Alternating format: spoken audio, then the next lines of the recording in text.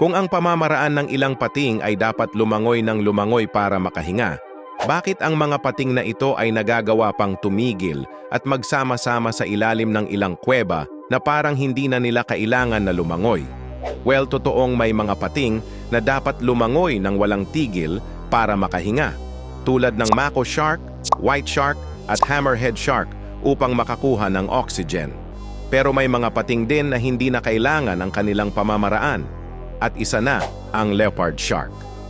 Kung mapapansin sa ilang mga video ay nagsasama-sama sila na kadalasan sa mga ilalim ng kuweba na para bang may gatherings. Actually, may ilang kadahilanan dyan. Isa na ang para hindi malapitan ng mga predators at ang tinatawag na underwater spring, kung saan ay nagbubuga ito ng hangin na nakahalo na sa tubig alat na bumubuo ng oxygen. At kung minsan ay ito ang tinitigilan nila para hindi mahirapan pang makahinga ang mga leopard shark na di gaya ng ibang pating.